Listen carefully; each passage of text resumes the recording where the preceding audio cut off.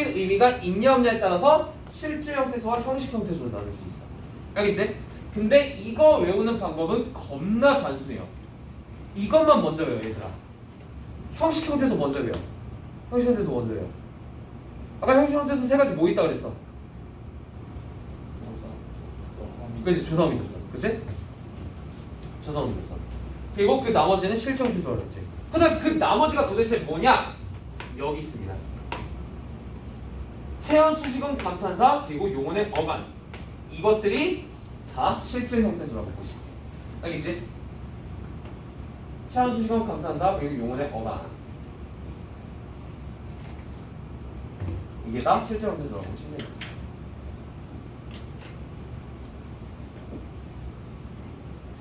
이게 바로 형식과 실질 형태소를 구분하는 기준이에요. 단순하죠? 다음 주 시험 볼 거야.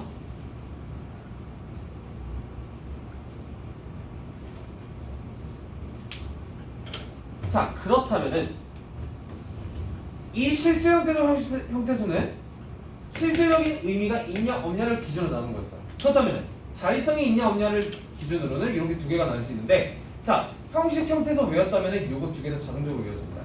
의존 형태소는 이렇게 생각하시면 돼요. 형식 형태소 플러스 어간. 형식 형태소 플러스 어간.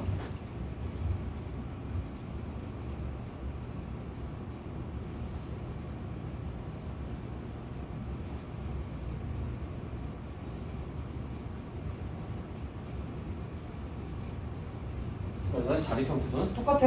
의존 형태소 빼고 나머지. 그다음 뭐밖에 안 나와? 체온, 수식은, 감탄사밖에 안 나와. 알겠지? 자, 형식 형태소 종류 세 가지를 먼저 외우는 게 가장 중요합니다. 가장 편하고. 알겠죠?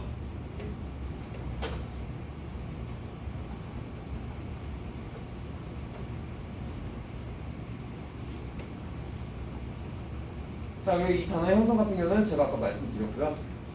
이것만 알아두세요. 제가 지난주에 말씀드렸는지 모르겠는데, 그 프린트물이랑 약간 똑같은 내용이죠? 다음 페이지. 여기 한번 보시면은 동그라미 기억 단위어 합성어 파생어 제가 아까 말씀드렸죠.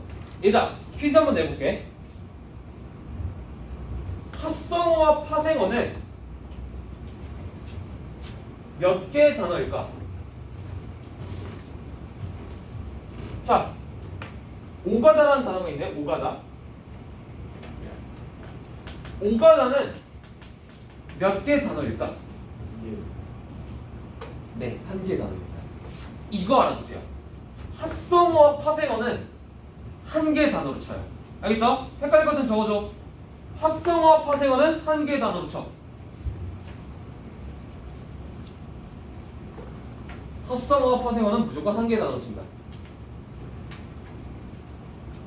따라서 아까 나무꾼, 장난꾸러기 이거 다 단어는 한 개의 단어입니다. 알겠지? 형태소는 당연히 한 개가 아니겠지. 그치?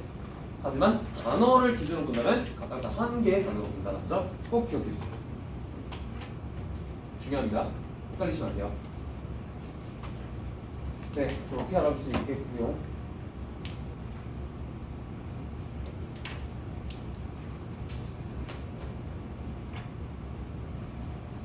다음은 35페이지라고 봅니다.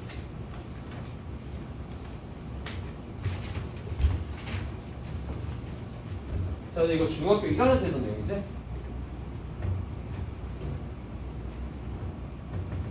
35페이지는 무슨 단어이냐면 품사를 분류하는 기준. 형태소는 이제 끝났어요. 이젠 단어에 대해서 조금 디테일하게 한번 가볼 거야. 단어, 품사에 대해서. 알겠지? 자, 단어, 품사를 분류하는 기준은 총 3가지가 있어요. 여러분들 외우셨죠? 형태, 기능, 의미. 이렇게 기준이 3가지가 있다. 알겠지? 그리고 우리가 흔히 구품사라고 하는 거는 바로 그 의미를 기준으로 나누는 거야. 알겠지?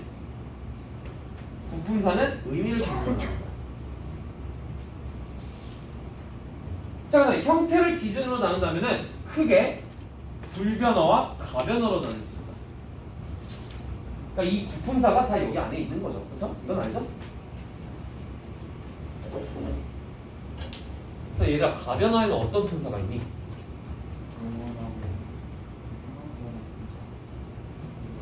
그치? 용언, 즉 동사, 형사 두 개밖에 없습니다.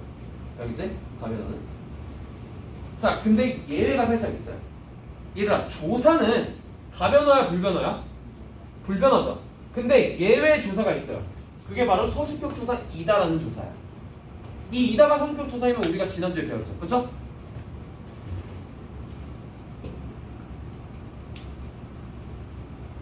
서술격 조사도 서술격 조사 이다도 그렇다면 가변어란 소리야. 가변어란 소리야.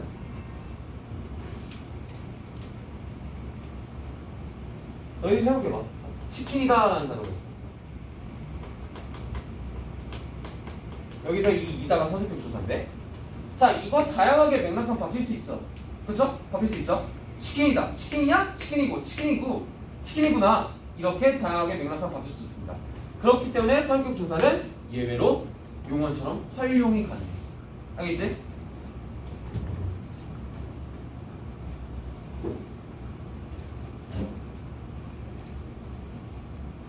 네, 그리고 다시 돌아와서 형태를 기준으로 한다면은 불변어와 가변어로 나눌 수 있고, 자, 그리고 두 번째, 기능을 기준으로 단어를 나눈다면은 이렇게 다섯 가지. 체언, 용언, 수식어, 관계형, 동의어원 이렇게 있다.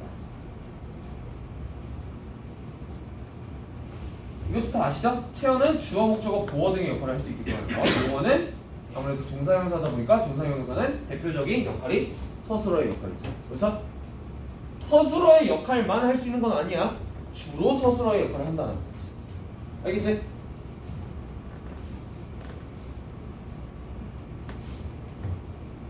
네, 이 분류 기준은 이렇게만 알아주시면 될 것 같아요. 아, 하이라이트는 여기인데.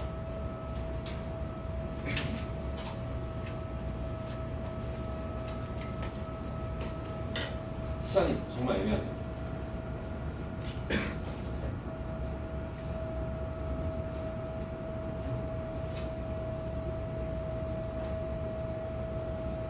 이 디테일한 콘센트성은 다음 주에 하죠. 다음 주에 설명드리겠습니다. 알겠죠? 시간이 너무 애매하고 여기서 설명드릴 게 많거든요. 그래서 아예 다음 주에 약간 단어 파트를 아예 다 끝내버리고, 그 다음 주에는 의문 파트를 끝내버리고, 그 다음 주에는 약간 문장 파트 끝내버리면은 문제는 없을 것 같습니다. 알겠죠? 네. 그냥 1교시 문법반 수업은 여기까지 하도록 하겠습니다. 문법반 친구들 2교시 때는 지금 뭐 하냐면은 모양이지 일단. 아니요? 뭐죠? 숙제 풀어주세요.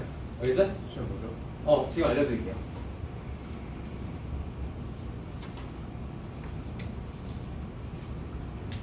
자, 숙제 접어주세요. 지금 말씀드릴게요. 다음 주까지 숙제입니다.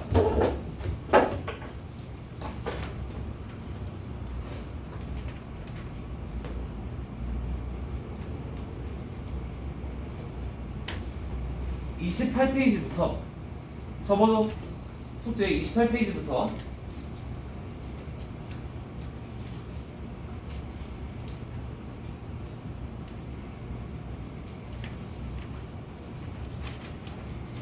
(35페이지까지)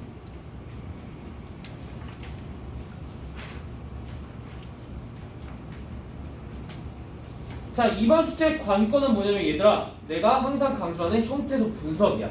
알겠지? 형태소 분석, 항상 기본형을 중심으로 형태소 분석하는 게 바로 이번 숙제의 포인트가 됩니다. 알겠죠? 네. 아마 양은 그렇게 많지 않겠지만 여러분들이 조금 심혈을 기울여야 되긴 할 거야. 그 형태소 분석이 익숙해지기만 하면은 앞으로 문법 공부가 쉬워. 네, 그렇게 잔소리하고요. 좀만 쉬었다가 2교시 비문법반 진행하도록 하겠습니다.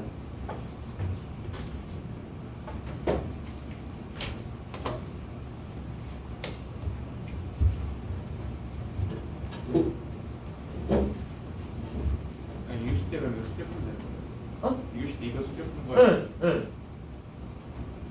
뭐 오늘 다 끝내놓으면 뭐 숙제 없는 거지 뭐.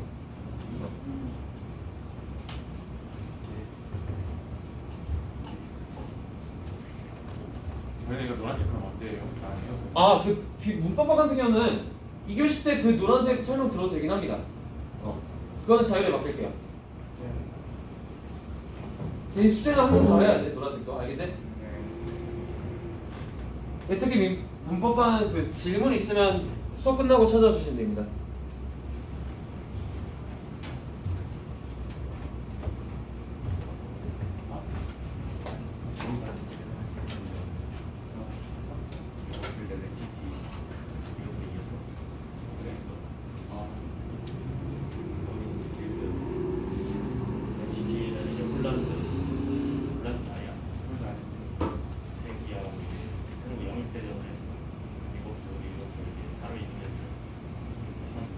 900억 주고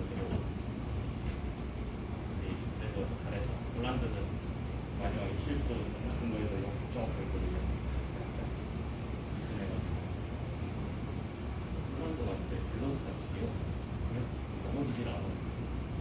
그건 안 봐가지고 공이 몸에 붙어있어. 이 새끼 넘어지면서 슈팅 때린다니까 그냥 존나 많이 안 때려 그냥. 근데 좀 아직 키워야 될 점이 많아. 아니 피가 미안. 이건 적응 기간이니까 이제 아직 프리시즌이니까. 이거 하더라. 기대가 되네. 이번에 되게 우승해야지. 오늘 그래도 지금 살라가 폼이 존나 했었어. 살라? 네가 좋아하지 않니?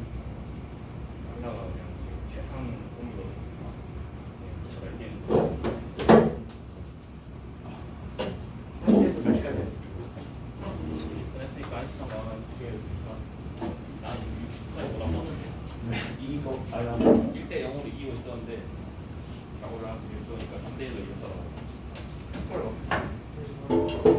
이거 아다리야 한골 좀. 이 새끼들이 레시피가 좀 매너가 없어. 그런 거 아니야. 내가 없어. 그냥 정밀고 깍치는 거 아니야 말이야. 프라이버가 안 쓰더라고.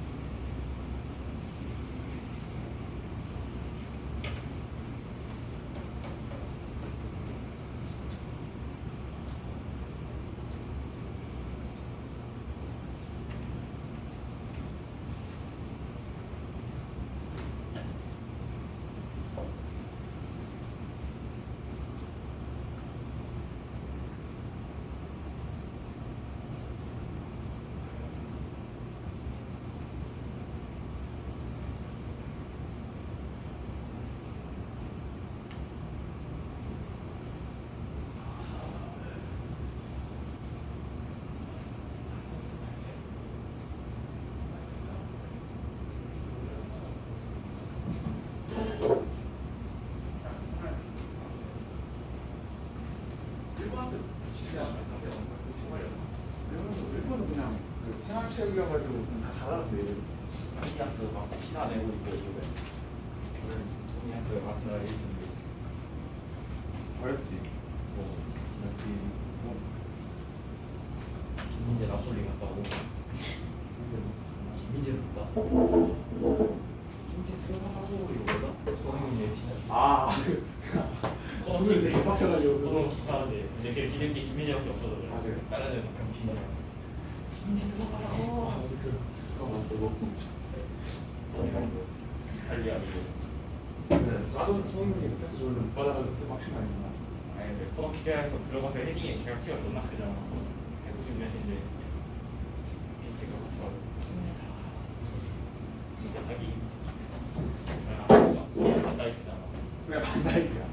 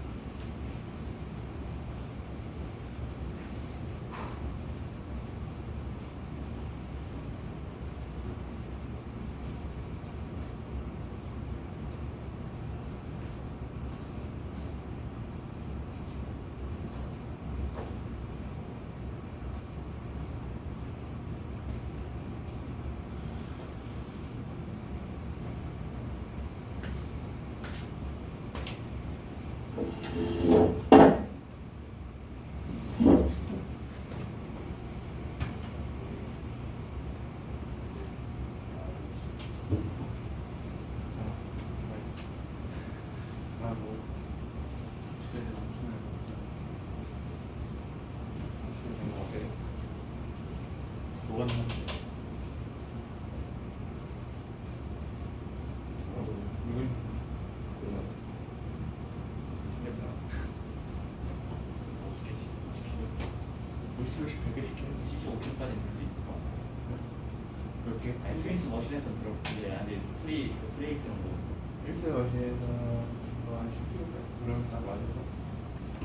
프레이트는 안돼 오랜만에 했더니 이게 쉽지 않았거든. 불안하더라고요. 그래서 마지막에 깔릴 뻔했다 이거 진짜 못 일어나가지고 깔리면 해서 깔리지. 사람들 많아가지고 그럼. 그래도 바닥에 진짜 알프. 스위스 머신에서 제가 무슨 맛이 나는 게 있어? 스위스 머신에서 재밌었는데 근데 3차 하고 3차. 스위스 머신 배치는 이제 좀 기술가 많이 최저 아직 했구나. 3회차에서 혹시 어려운 점이 있거든요. 하나씩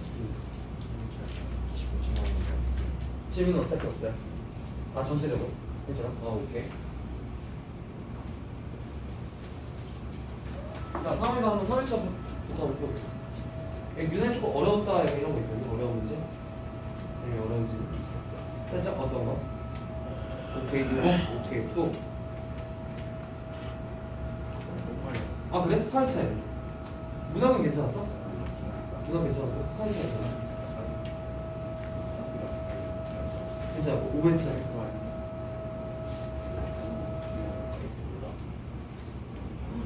야 이거 어려운데 야 여기 다 맞았네? 어려웠으니까 괜찮았어요? 재미로 한번 어떻게 하는 사람이 너 왜 안 비싸? 아니 미국에 근데 심캠이가 있단 말이야. 아, 여기가 좀 미국 어려웠어요? 아니야? 아 오케이 그래 어디야? 네, 살피만 첼시, 에이스 또 천천히 하고 야? 해봐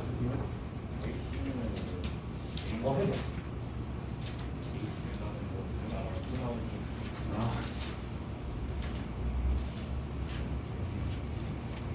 이거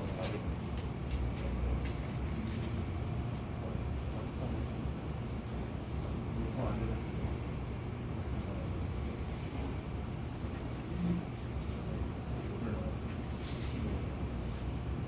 빨리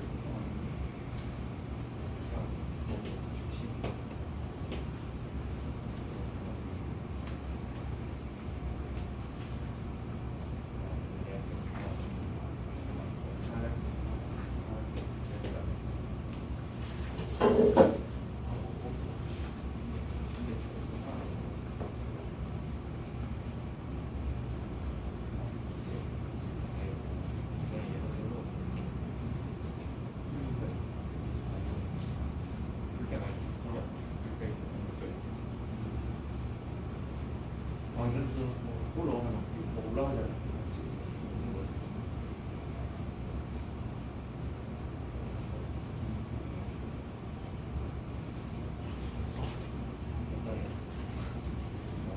이거 아니라면 이거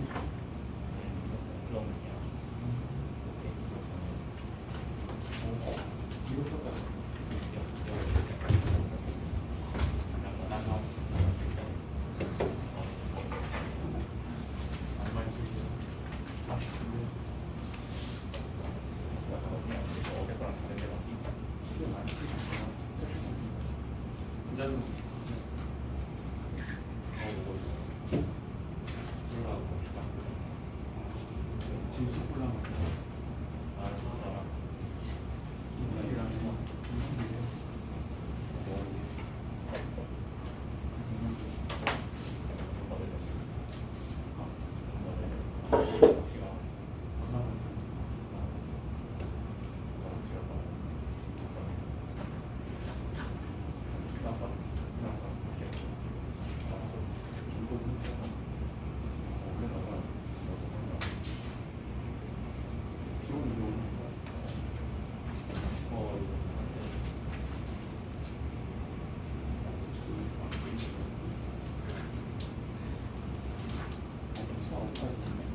자, 2교시 수업 시작할게요.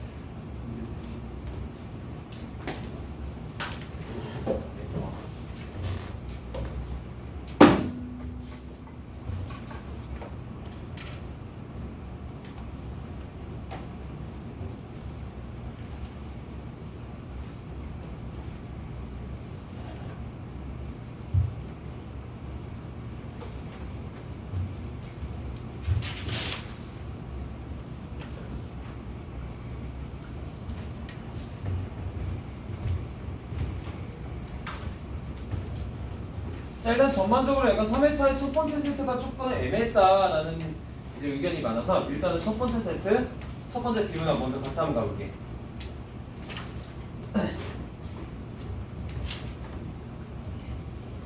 약간 노란색 모고 같은 경우는 자기가 진짜 약간 설명 듣지 않아도 될 것 같다 싶으신 부분을 내가 만약에 설명한다면은 굳이 안 드셔도 되긴 합니다. 그동안 약간 다른 문제 이어서 풀고 계셔도 돼요. 그거는 제가 자율에 맡길게요. 노란색 교재는 조금 자율에 맡길게요. 다만 여러분들 제가 설명 안 했다고 해서 틀린 문제는 넘어가시면 안 됩니다. 아시겠죠? 항상 강조드릴게요. 자, 바로 한번 가보자.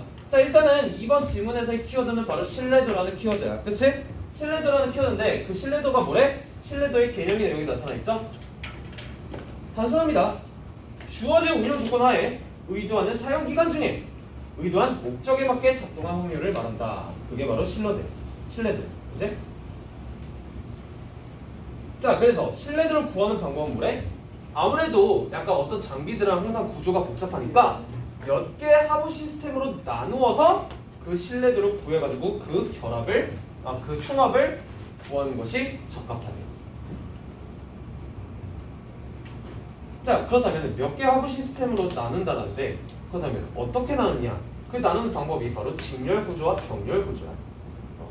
뭐 직렬로 나누든 병렬로 나누든 그 하부 시스템의 구조의 신뢰도를 각각 구해가지고 그 결과를 통합한다면은 전체 장비의 신뢰도를 구할 수 있다라고 해. 그다음에 여기서 이제 우리한테 뭘 알려주겠니? 직렬과 병렬 구조에 대해서 한번 알려주겠지. 그치? 직렬에서의 신뢰도, 병렬에서의 신뢰도에 대해서 알려줄 것이다. 자, 아니나 다를까 첫 번째 키워드는 바로 직렬 구조라는 키워드다. 자, 직렬 구조는 뭐래? 원인에서 결과에 이르는 경로가 하나래요.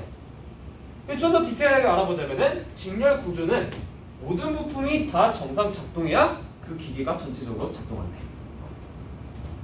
하부 시스템 전부가 정상 작동해야 기계가 작동한대. 그게 바로 직렬 구조입니다. 알겠지?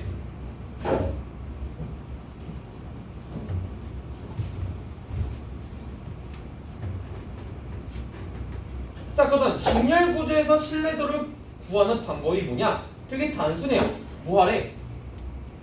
부품 1의 신뢰도와 부품 2의 신뢰도를 곱하래.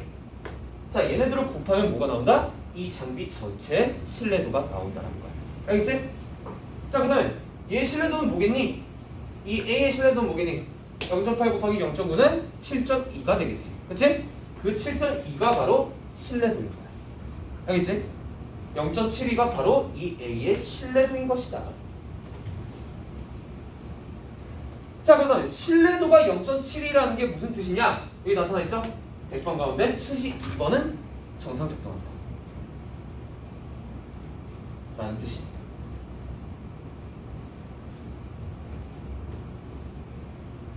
자, 다음 문장. 고장 없이 영원히 작동하는 부품은 없어요. 그렇죠? 자, 고장 없이 영원히 작동하는 부품은 신뢰도가 몇일까, 얘들아? 한번 생각해봐.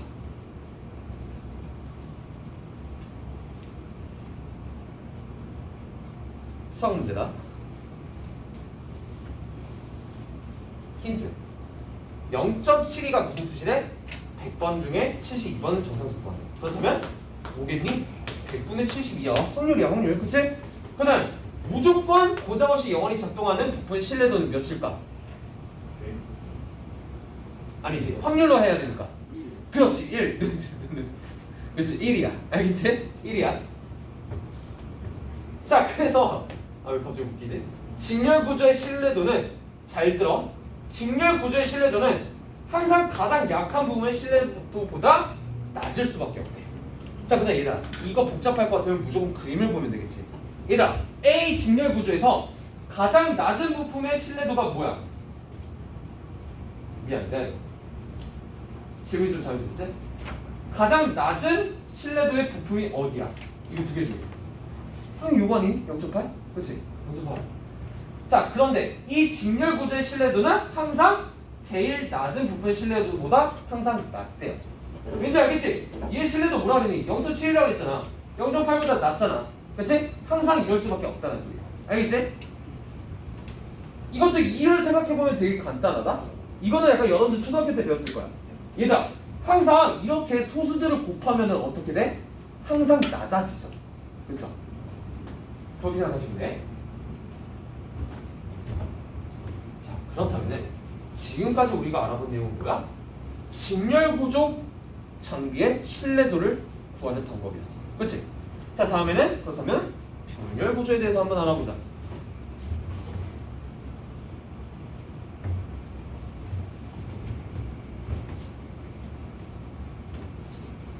자, 일단 이렇게 두 가지 이상의 키워드가 나오면 어떡하라 그랬어? 두 키워드의 공통점과 차이점을 중심으로 말해보라 그랬지. 그치?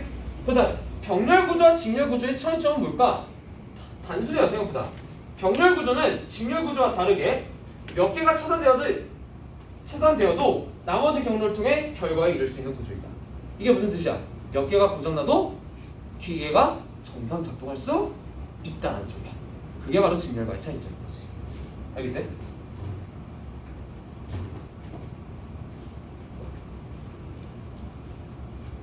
자, 그리고 마찬가지로 다음 문장부터는 병렬 구조에서의 신뢰도를 구하는 방법이 나옵니다. 자, 어떻게 구하냐? 자, 1이 뭐래?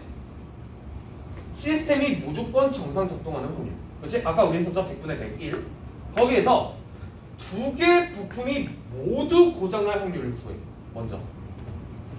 선생님, 그래서 이거 어떻게 구하나요? 두 개 부품이 모두 고장날 확률을 어떻게 구하나요? 곱하래요.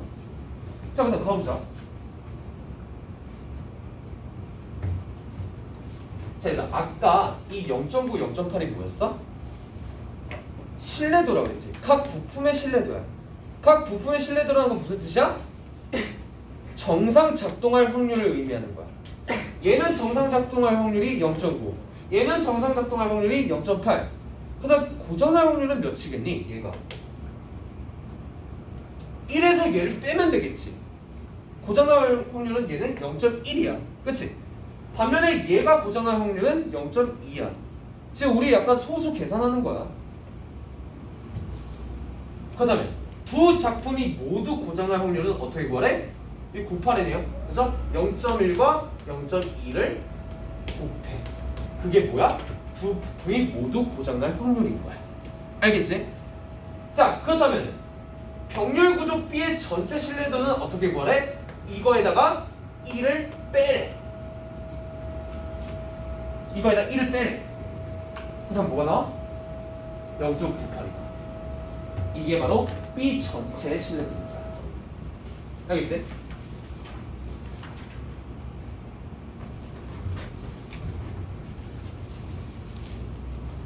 자, 다음 문장. 얘들아, 여기 쉬운데 잘 봐주세요.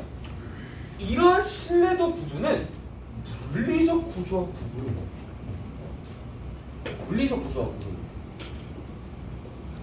그러니까 물리적 구조란 건 뭘까? 말 그대로 겉으로 보이는 구조지. 그치? 자, 그 예시가 바로 뭐야? 자동차의 네 바퀴. 자, 자동차의 네 바퀴는 물리구조상 병렬로 설치되어 있대. 자, 왠지는 간단하게 생각하면 돼, 얘들아. 직렬과 병렬의 차이가 뭐야? 직렬은 요렇게, 이렇게 나란히, 병렬은 요렇게 나란히잖아. 그치? 이게 바로 직렬 병렬이잖아. 자동차 네 바퀴는 물리구조상 병렬이야. 왜? 이렇게 돼 있잖아. 그치? 여기 바퀴 하나, 둘, 셋, 넷 이렇게 돼 있잖아. 그치? 그렇기 때문에 물리구조상 병렬이야. 그런데 신뢰도 구조상은 직렬이래요. 왜일까? 하나라도 고장나면 자동차가 정상운행할 수 없습니다. 그치? 단순 행세. 그치? 그렇기 때문에 신뢰도 구조는 직렬. 생긴 거는 병렬인 거야. 알겠어? 그렇게 알아볼 수 있겠네. 그러니까 당연한 얘기겠지만 직렬 구조가 병렬 구조의 약간 특징들을 잘 기억하시면서 글을 읽어주셔야 돼요. 네. 그럼 쉽습니다.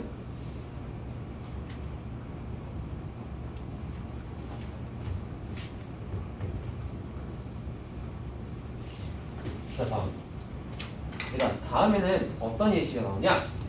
회로 차단기라는 예시가 나오는데, 그렇죠? 회로 차단기라는 예시가 나오는데, 이 회로 차단기는 무슨 예시일까?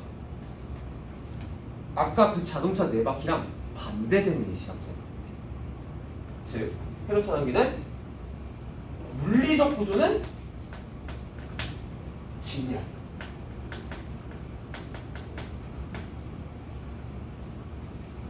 반면에 신뢰도 구조는 병렬.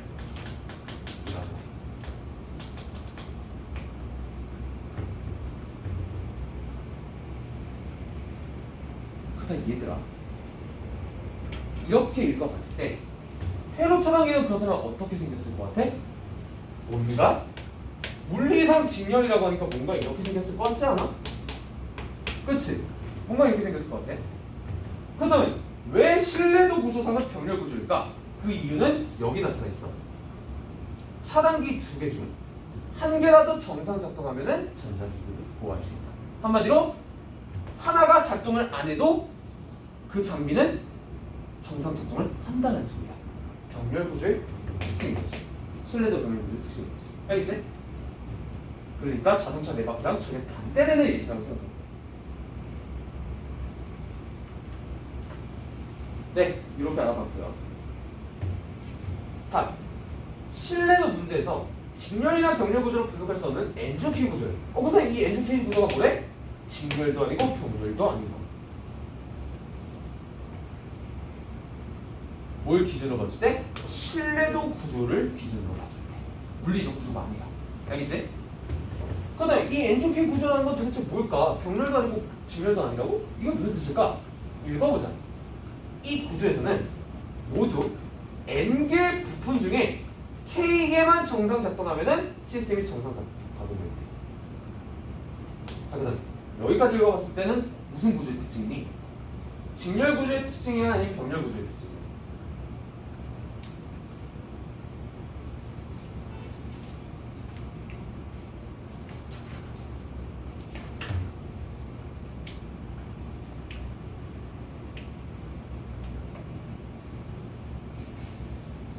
총 N개 부분에서 K개만 작동하면 시스템이 정상 가동됩니다. 약간 병렬 구조와 비슷하지 않습니까? 그렇지? 다음 N겹의 세 줄로 움직이는 승강기에서 최대 하중을 견디는데 K겹이 필요한 경우가 V이다. 그래서 이 구조에서도 부품 간의 상호작용에 따라 신뢰도가 달랐습니다.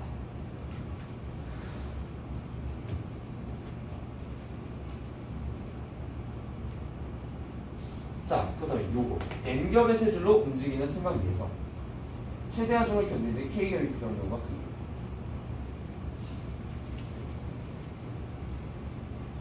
그 얘가 왜 직렬도 아니고 병렬도 아니냐? 얘는 병렬의 특징이야. 여기까지 읽어보면. 그치? 자, 그런데 얘를 움직이려면 이만큼이 필요해. 한마디로 N겹의 세 줄로 K겹이 필요해. 얘를 움직이려면 K겹이 필요해. 그치? 이 점에서는 약간 뭔가 직렬도 아니고 병렬도 아니고 뭔가 이상한 특징인 거야.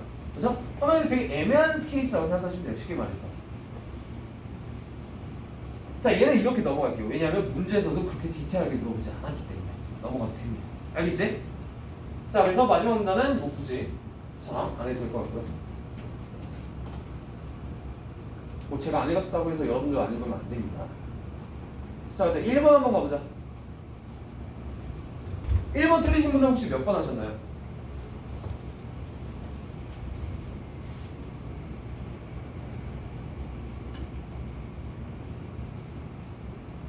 일단 답부터 말씀드릴게요. 답은 3번입니다. 자, K는 N중 K 구조. 선생님, 아까 N중 K 구조 직렬도 아니고 병렬도 아니래며. 근데 생각해봐. 개념을 잘 봐봐.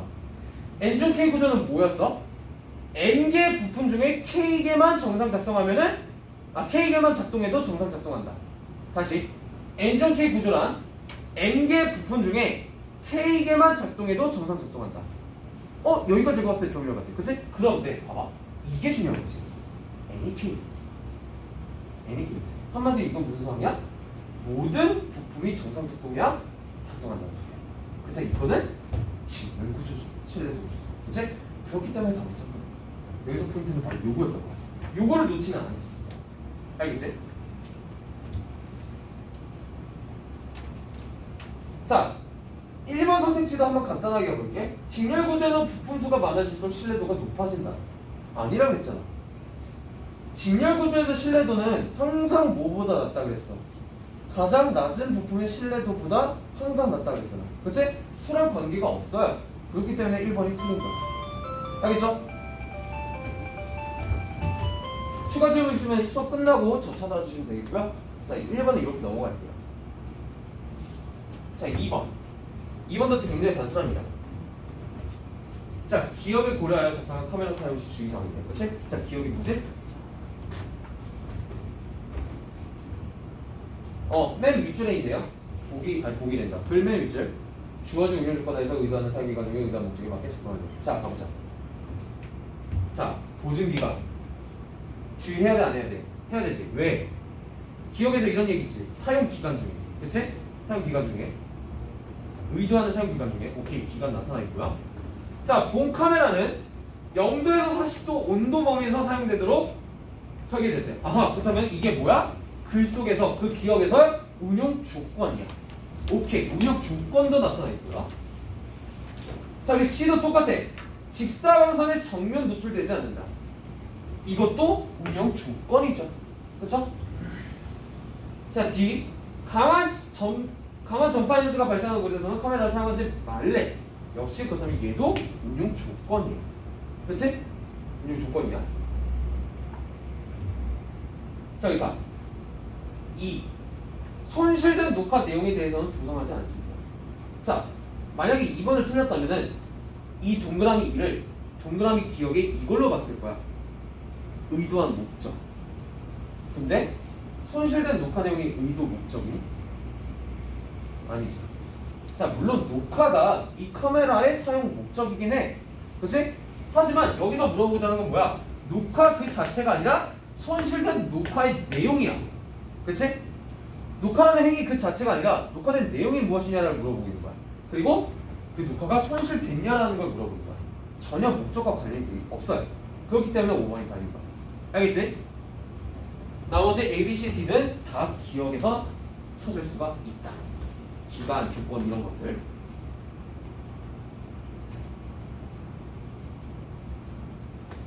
자, 다음 3번 한번 가볼게요. 3번은 쉽습니다. 말 그대로 직렬구조와 병렬구조의 특징을 물어보는 문제야. 직렬구조는 어떤 특징이 있다고 했어? 무조건 모든 부품이 정상 작동해야 그 기계가 작동한다. 단은 몇 개만 작동해도 전체적으로 작동한다. 자, 그것만 따지고 보면은 답이 4번이라는 걸 알 수가 있을 거야. 나머지는 다 병렬입니다.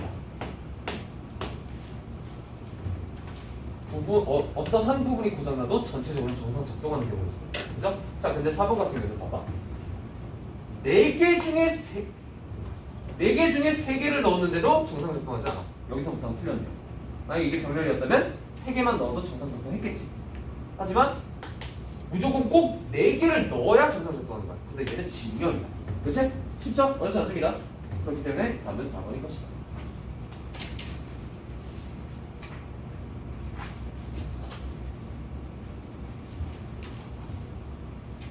자, 4번 문제 한번 볼게요.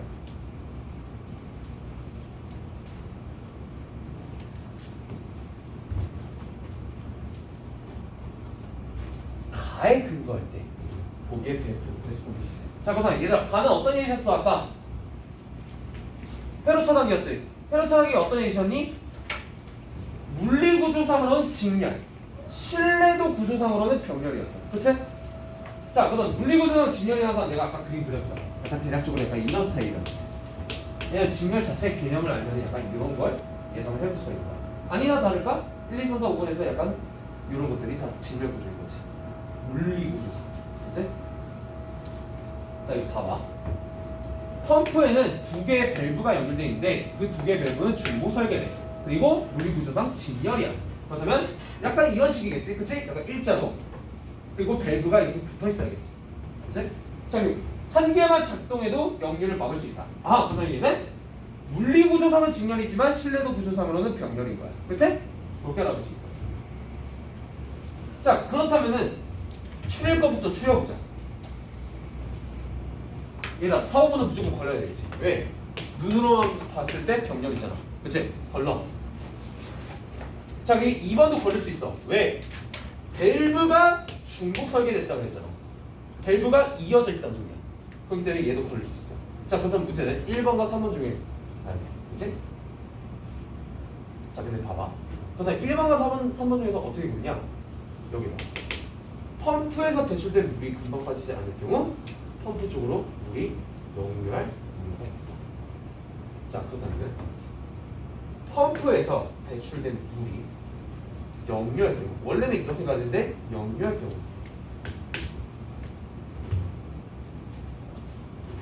미안 잘못했다. 펌프에서 배출된 물이 금방 빠지지 않을 경우 펌프 쪽으로 물이 역류한대. 자, 그다음 봐봐. 얘 같은 경우는 지금 물이 이렇게 가야 돼, 원래는. 근데 이게 막히면 어떻게 되는데? 펌프 쪽으로 물이 역류한대.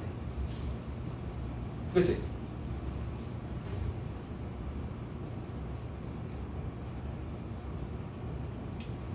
그렇다면 왜 답이 1번이냐? 한 개만 작동해도 역류를 막을 수 있대. 얘는 어때? 얘도 마찬가지로 물이 이렇게 흘러간다고 하죠. 근데 만약에 물이 역류한다고 하죠.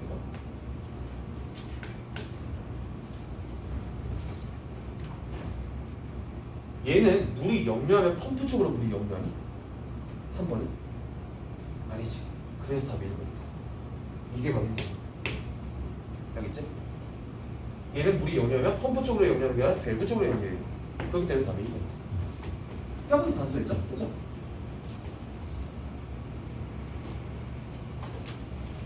자, 5번은 넘어가겠습니다. 자, 심호흡 한번 하시고요. 기재 한번 펴시고.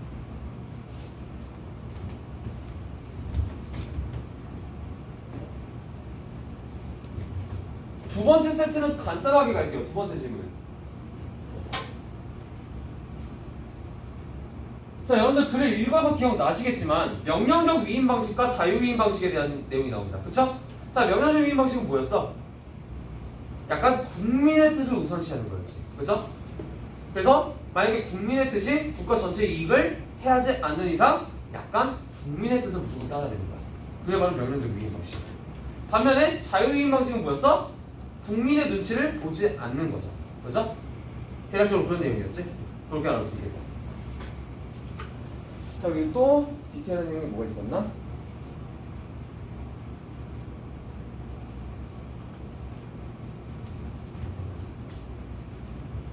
그리고 추가적으로 마지막 문단 내용만 약간 하나 더 말씀드리자면, 자, 자유위임 방식에는 약간 그 대표자가 국민의 눈치를 보지 않는 그 자유위임 방식에는 문제가 있대요. 어떤 문제가 있대? 국민이 대표자를 직접적으로 통제하지 못해. 그래서 무슨 일이 일어날 수 있는가? 독재 상황이 일어날 수 있는 거야. 알겠죠? 이거 봐봐. 극단적으로 대표자가 사적 이익을 추구하는데 권한을 남용하는 거야. 이게 바로 독재지구나. 그치? 자, 그래서 그 해결 방안이 뭐다? 직접 민주주의 제도를 부분적으로 도입했어. 직접 민주주의 제도를 부분적으로 도입했어. 그렇다면 저 직접 민주주의 제도가 뭔데? 국민이 직접 참여하거나 대표자를 직접 통제할 수 있는 권한을 얘기합니다. 그걸 일부 도입하자는 거지. 그래서 그 구조 자체는 굉장히 단순했습니다. 자, 그 다음에 6번 넘어가고요. 자, 7번 간단히 한번 가보자면,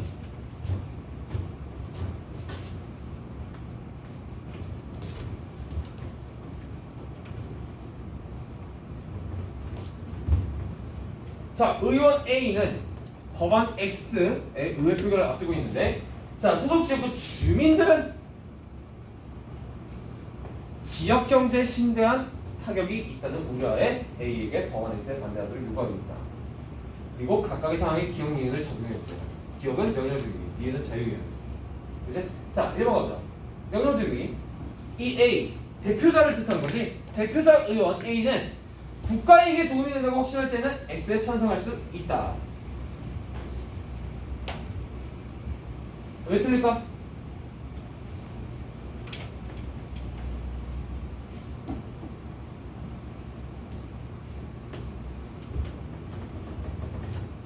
글을 한번 가보자.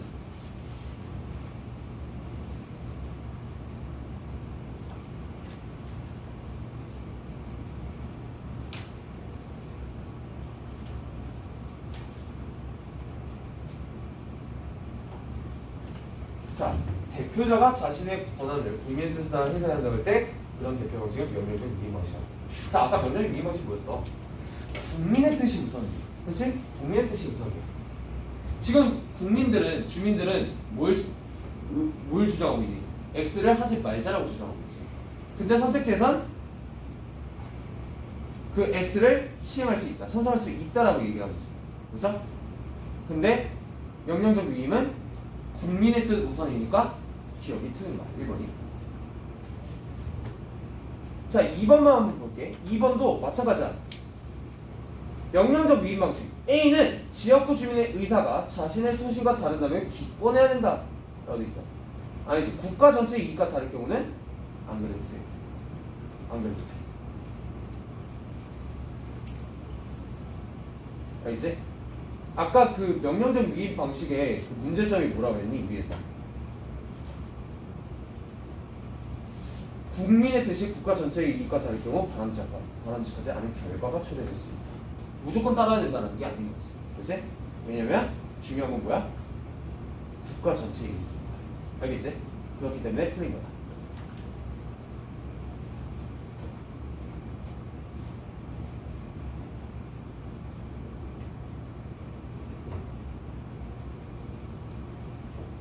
자, 답은 5번인데요.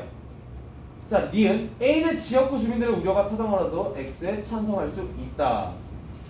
자, 타당하면은 X에 찬성하면 안 되지. 그치? 하지만 자유위임 방식은 문제점이 뭐라고 그랬어? 대표자가 남용할 수 있다고 그랬잖아, 권력을. 그죠? 이게 가능해. 물론 이게 옳은 방향은 아니지만 가능은 하다는 소리야. 그렇기 때문에 5번이 맞는 게 되는 거야. 알겠지? 혹시 7번에 1, 2번 선택하신 분 있을까요? 몇 번 있어요? 1번. 이제 알겠지? 국가 이익에 도움이 된다고 확신할 때는 X에 찬성할 수 있다. 명령적 위임이기 때문에 약간 어려워.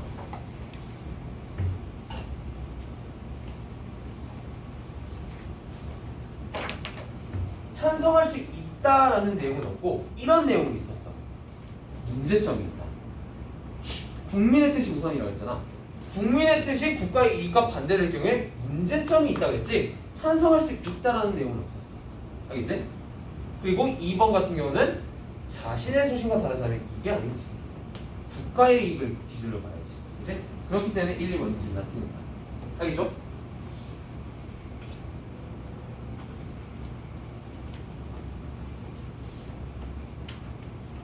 그래서 8번 같은 경우는 넘어가겠습니다.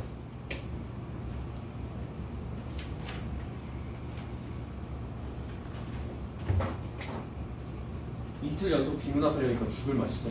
그렇지? 남은 시간 동안은 여러분들 3, 4, 5회 중에 혹시 문학 지문 중에 어려운 거 있었을까요? 그거 대표적으로 하나만 딱 할게요. 문학 지문 중에 어려운 거 있었다. 이거 선생님 조금 설명해 주시면 안 될까요? 하는 문학 지문 있었다. 한번 골라보세요. 3, 4, 5회 중에.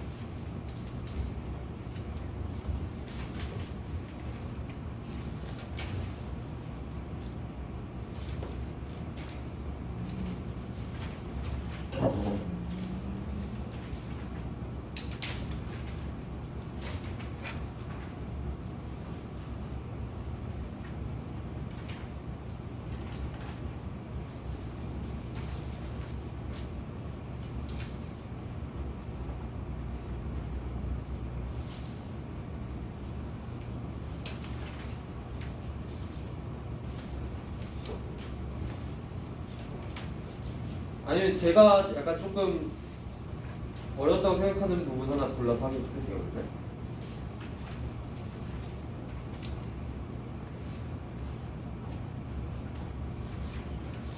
3회 10번 한번 가보자. 일단 3회 10번 여기 3회 10번. 자, 이제 보기랑 선택지 다 읽으셨죠? 아마 조금 해석하기에 애매한 시들이었을 거야. 그치? 자, 같이 한번 가보자. 간단하게 가보셔야 돼요. 왜냐하면은 이 10번, 10번에서 12번 문제 같은 경우는 시 자체는 살짝 어려웠을 거예요. 주제를 도출하기가 조금 애매한 시였을 겁니다. 근데 걱정하지 않아도 됐을 게 뭐냐면은 문제에서는 그렇게 딥하고 심오한 주제를 물어보는 문제는 딱히 없었어요. 알겠지? 그렇기 때문에 여러분들 시 읽으면서 주제 파악 못했다고 하시더라도 멘탈 안 터져도 됩니다. 알겠지? 야, 그래서 문제랑 선택지 항상 먼저 읽으라는 거야. 가보자. 간단하게. 자, 검정 푸딩 같은 까마귀 우는 소리가 들리고요. 그리고 밤이면 부엉이가 괴괴히 울어요. 그리고 어두운 바람이 불어옵니다. 자, 지금 상황 분위기가 좋은 상황 같아, 나쁜 상황 같아? 딱히 안 좋은 상황 같지, 그치? 자, 그리고 밤이라는 계절적 소재 있고요. 계절이 된다. 시간 관련 소재 있고요. 자, 다음 B부 가보자. 그래도 계절만은 천년을 다 채하여 지붕에 박넌출, 남풍에 자라고. 박넌출이라는 건 뭐냐면 넝쿨을 뜻합니다. 넝쿨이 지금 자라고 하늘도 푸르러요. 그리고 꽃도 아주 붉어요. 자, 지금 B는 무슨 상황이야? A의 부정적인 상황과 대조되는 예쁜 자연의 모습인 거야. 알겠지?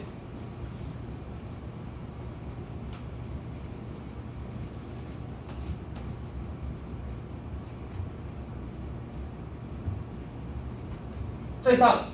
나를 잉태한 어머니는, 자, 지금 어머니가 임신을 하신 거야. 그치? 지금 이제 어제 생활만을 다듬고, 그리고 젊은 의원의 아버지는 밤마다 글을 읽으셨다고 합니다. 시에서 도대체 말하고자 하는 게 뭘까? 몰라요. 왜냐하면 보기 속에서도 파악하기가 어렵고, 아예 보기는 주어지지도 않았고. 그치? 자, 그다음 일단은 맞을 보자, 그렇다면. 자, D부분. 왕후한테 제삿날 밤, 옛날 새벽 달빛을 밟고 6월이가 이번 제삿밥을 먹고 나서 희미한 등잔불 창자네. 자, 다음이 중요해. 마지막 문장. 법문 용례. 선생님, 법문 용례가 뭡니까? 몰라도 돼. 사대주의의 욕된 후예로 세상에 떨어졌대. 뭐가? 누가?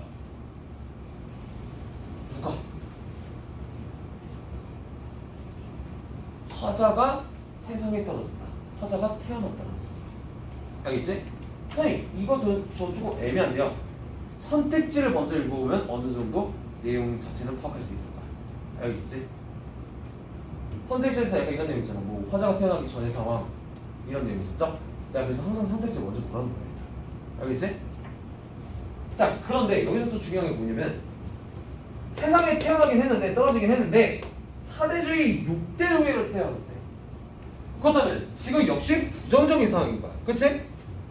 지금 자신의 족보에 대해서 굉장히 부정적으로 생각하고 있어요. 이런 걸 뭐라 그래? 자기 디스, 자조적인 태도라고 합니다. 알겠지? 자조적인 태도라고 해.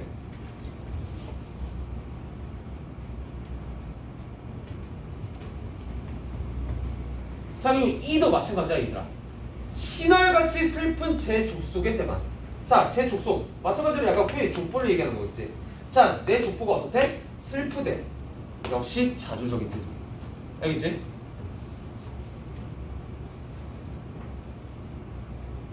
자, 이 다음. 내 스스로 고고의 곡성을 지른 것이 아니련만이라고 돼 있어. 자, 이게 무슨 뜻일까? 현대어법에 아주 친절하게 돼 있네. 고고는 세상에 나오면서 우는 아기 소리. 곡성은 사람이 죽었을 때 우는 소리. 지금 얘네 둘은 비슷한 소재야, 대비되는 소재야. 대비되는 소재지. 그치? 자, 이 소재의 의미를 물어보는 문제 있었습니다. 요 세트에 문제 있었어요. 아시죠? 기억 안 나시면 지금 한번 보세요. 상황과 대비되는 소재를 제시하고 있다. 바로 여기를 얘기합니다. 알겠지? 쉽게 찾을 수 있을 거야. 자, 이 다음. 명이나 길라 하여 할머니는 돌매라고 이름을 지었대요. 누구의 이름을 지은 거야? 바로 나의 이름을 지은 거야. 그래서 제목도 뭐야? 출생기잖아. 그치? 자신이 태어난 상황을 시로 표현한 거야. 알겠죠? 하지만 분위기 자체는 별로 좋은 분위기는 아닌 것 같아요. 요 정도만 파악하시면 됩니다. 그러면은 문제 푸는 데는 문제가 없었을 거야. 알겠죠?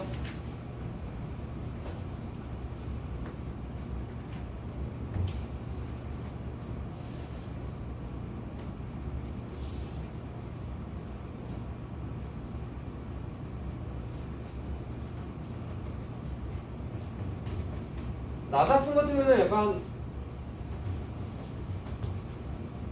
보기가 나오죠? 여기 12번에 이제 보기가 나오는데, 자, 나작품에 대한 보기야. 한번 이거 간단하게 한번 가보자. 자, 샤갈의 그림을 보고 영감을 받아서 쓴 시래.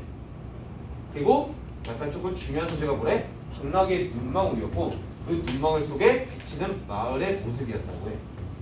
이제 아하, 그렇다면 이 김춘수가 뭘 중점으로 본 거야? 마을의 모습을 중점으로 본 거야. 그치? 그래서 제목도 보니 샤갈의 마을이지. 샤갈의 마을. 샬라샬라. 자, 근데 얘가 이 마을을 통해서 나타내고자 하는 게 뭐냐? 이거네요. 마지막 줄. 그리움. 그치? 주제는 마을에 대한 그리움, 고향에 대한 그리움이 된다. 그 그리움이란 주제를 뭘로 표현한 거야? 다양한 이미지들을 통해서 표현을 했대.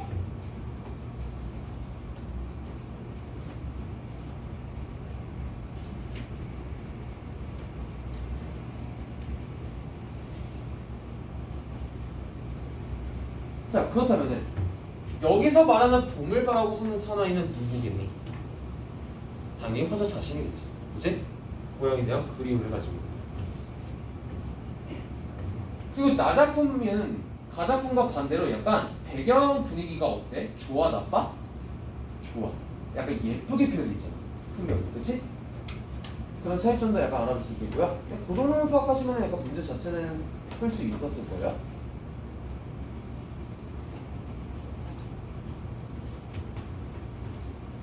자, 12번 문제만 간단히 한번 가보자면 답을 도출하는 거는 생각보다 굉장히 단순했을 거예요. 왜냐하면 선택지 3번의 공간각적 이미지? 공간적 이미지는 전혀 나타나있잖아. 그렇기 때문에 그런 거야. 그러니까 공간적 이미지가 뭐니 얘들아? 하나의 대상을 표현할 때 두 개 이상의 감각적 이미지를 합쳐서 쓰는 기법을 바로 공간각적 기법이라고 해요. 그런 거 없습니다. 그렇기 때문에 그런 거야. 자, 조금 헷갈릴 수 있었던 선택지가 뭐냐? 바로 2번 선택지인데 봐봐. 눈, 선물의 눈, 봄을 바라고 서는 사나이, 새로 돋은 정맥. 얘는 다양한 이미지들을 통해서 표현이 됐대. 선생님, 다양한 이미지요? 어떤 다양한 이미지가 있나요? 일단 얘들아, 이 세 가지를 딱 봤을 때 딱 떠오르는 감각적 이미지가 뭐니? 우리의 오감 중에 시각, 청각, 후각, 얘가 이거 중에 뭔가 시각적 이미지가 그나마 제일 먼저 떠오르지 않니? 왜? 약간 모습이잖아. 눈하면 흰색 떠오르고 세로 돋은 정맥 떠오르잖아. 정맥은 약간 핏줄이잖아. 그치? 시각 이미지랑 약간 조금 연관이 돼 있고요. 그다음 그 외에 또 어떤 이미지가 있을까? 생성 이미지라는 것도 찾아볼 수가 있어. 어디에서? 세로 돋았다는 되어 있어. 이미지란 개념이 내가 뭐라고 했냐? 그 구절을 딱 봤을 때 떠오르는 느낌을 바로 이미지라고 했죠. 그죠? 그 다음에 생성 이미지라는 건 뭐야? 약간 어떤 생명이 약간 새로 생겨나는? 뭔가가 새로 생겨나는 그런 이미지를 바로 생성 이미지라고 해요. 반대로는 소멸 이미지라는 것도 있어요. 알겠죠? 따라서 여기서 새로 돋는다라는 표현을 통해서 시각적 이미지 플러스 생성 이미지도 찾아볼 수가 있는 거예요. 감각적 이미지뿐만 아니라. 알겠지? 그렇기 때문에 2번이 맞는 내용이 되는 것이죠. 알겠죠? 네, 그렇게 알아볼 수 있겠다.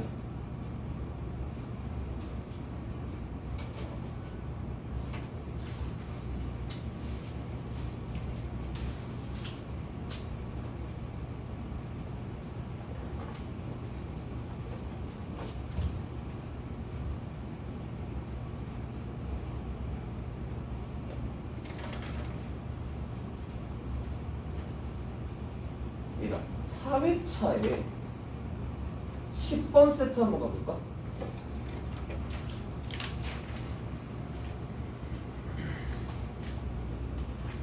가작품에 뭐가 나와요?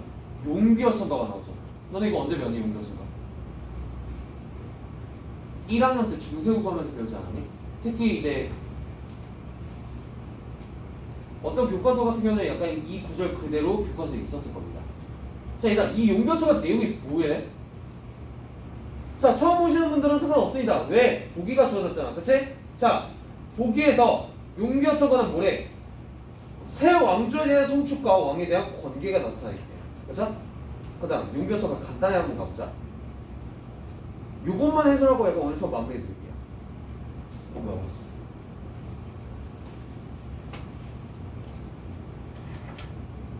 자, 보기에서 용비어천가는 주제가 뭐래? 새 왕조에 대한 송축과 왕에 대한 관계라고 했어. 그치? 한마디로 훈계라는 소리야. 2장. 자, 뿌리 뜬 나무는 바람에 아니면서 꽃 좋고 열매 만나니 샘이 깊은 물을 가으면 안 익으실세 내가 이런 바다에 가니. 자, 이게 무슨 뜻일까? 주제 두 개 중에 뭘까? 송축, 훈계 중에 뭘까? 그치, 송축에 속해. 왜? 지금 이 상황 어떤 상황이야? 되게 풍요로운 상황이지. 그치? 꽃도 피고 열매도 많고 샘은 마르지 않고 물은 계속 흐르고 새로운 왕조에 대한 송축이야. 한마디로 얘는 이렇게 얘기하고 있는 거야. 새로운 왕조는 이렇게 풍요롭게 지낼 수 있는 나라가 될 것이다 라고 얘기하고 있는 거지. 알겠죠? 자, 반면에 125장 같은 경우는 왕에 대한 훈계야. 내용 봐봐. 천세 전에 미리 정하신 한강 풍력이 누인계국 하시어 복년의 과업 쓰시니. 자, 우리 현대분이 다 여기 돼 있죠? 자, 성신이 이셔 너시 건축금이나여 더 부르십니다. 이거 가서 낙수의 사녀가 있어 조상을 믿겠습니까? 자, 제가 간단하게 한번 설명해 드리자면 이거야. 하늘이 주신 왕의 운수가 있다. 그런데 아무리 이 운수가 있다고 하더라도 경천금이나야 그게 더욱 굳는다. 한마디로 왕아, 아무리 네가 금수저로 태어났어도 네가 백성들을 잘 보살펴야 그 행운이 계속 굳는 것이다. 한마디로 뭐라? 백성들 잘 보살펴라 라고 얘기하고 있는 거야. 그리고 마지막, 낙수의 사녀가 있어 조상만 믿겠습니까? 야, 너 지금 이렇게 하라고 했는데 왜 지금 사냥가 가서 놀고 다니냐? 이렇게 얘기하고 있는 거야. 알겠지? 새로운 왕에 대한 훈계. 아마 1학년 때 배우신 분들 있을 거예요. 알겠죠?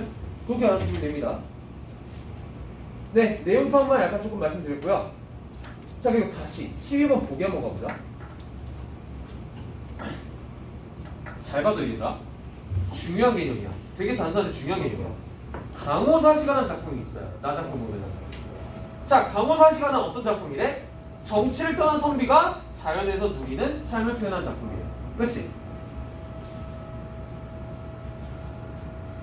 자, 그런데 여기서 포인트는 뭐냐 얘들아, 이거야. 사와 대비. 사가 뭐래? 정치인으로서의 임무. 그치? 미안. 사는 수신을 임무로 하죠. 한마디로 수신이 뭐냐면은 심신수양을 뜻해. 몸과 마음을 갈고 닦는 것을 뜻해. 그게 바로 뭐다? 이거 알아두세요. 여러분들 내신 물론 그다음 다들 끝나긴 했지만 대학교는 이 사와 대구라는 키워드는 굉장히 많이 나와요. 사는 심신수양, 몸과 마음을 닦는 거.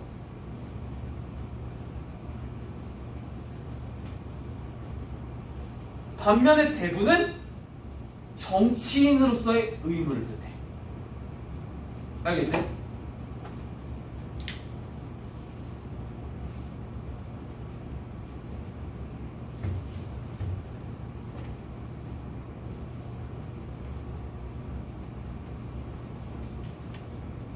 혹시 12번 문제 틀리신 분들?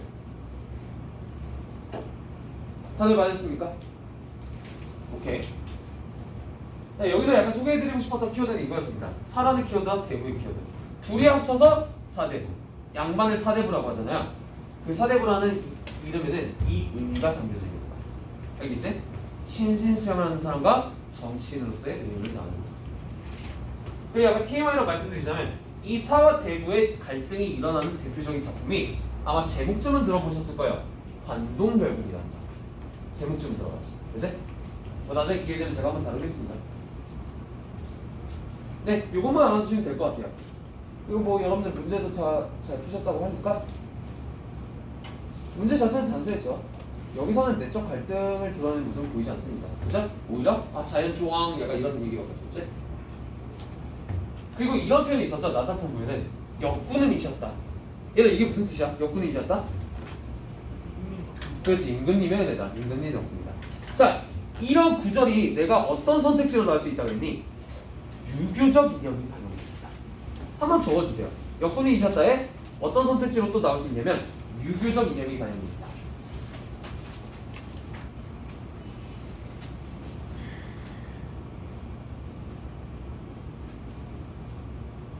왜? 유교라는 건 보통 대표적으로 뭐가 있니? 충과 효가 있죠. 그다음 그 두 개 중에 뭐겠니? 충이겠지 당연히. 그치? 그렇기 때문에 유교적 이념이 발현되어 있다는 선택지로도 많이 나옵니다. 얘 같은 경우. 알겠죠? 네. 그렇게 알아볼 수 있겠다.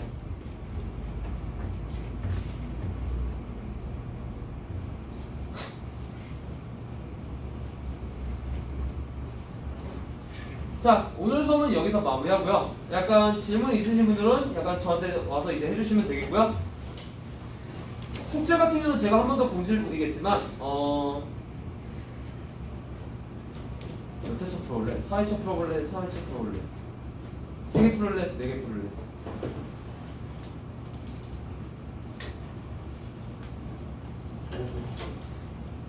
그 몇 개를 풀 때 얘들아 항상 오답까지 해주세요. 알겠죠? 그래야 여러분들이 뭐가 부족했고 뭐가 틀렸는지 압니다. 그걸 학원 와서 하려고 하면 늦어요. 내가 항상 강조하자. 학원에는 모르는 것만 가져와. 알겠죠? 여러분들이 약간 오답까지 다 해와야 내가 여러분들이 몰랐던 거를 위주로 수업이 진행됩니다. 아시겠죠? 이거 항상 염두해 주세요. 자, 그럼 숙제 같은 경우는 한 3회차만 풀어보세요. 요번 미니모거든. 저번에 숙제가 몇 회차였지? 6회까지였나요? 9회까지 풀어보세요. 알겠죠?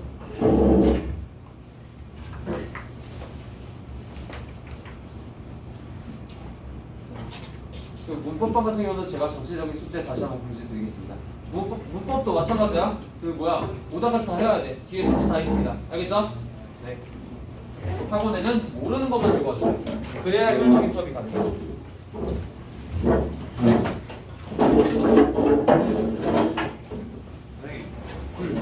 저 바다 할 때 저가 관영어예요.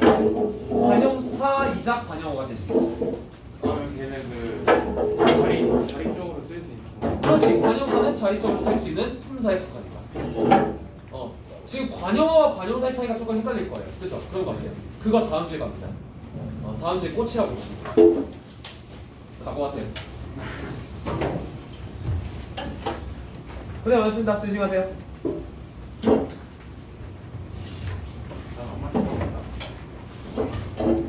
상아! 같이 가, 일단 같이 가. 상아! 우리 많아. 야, 상이 좀.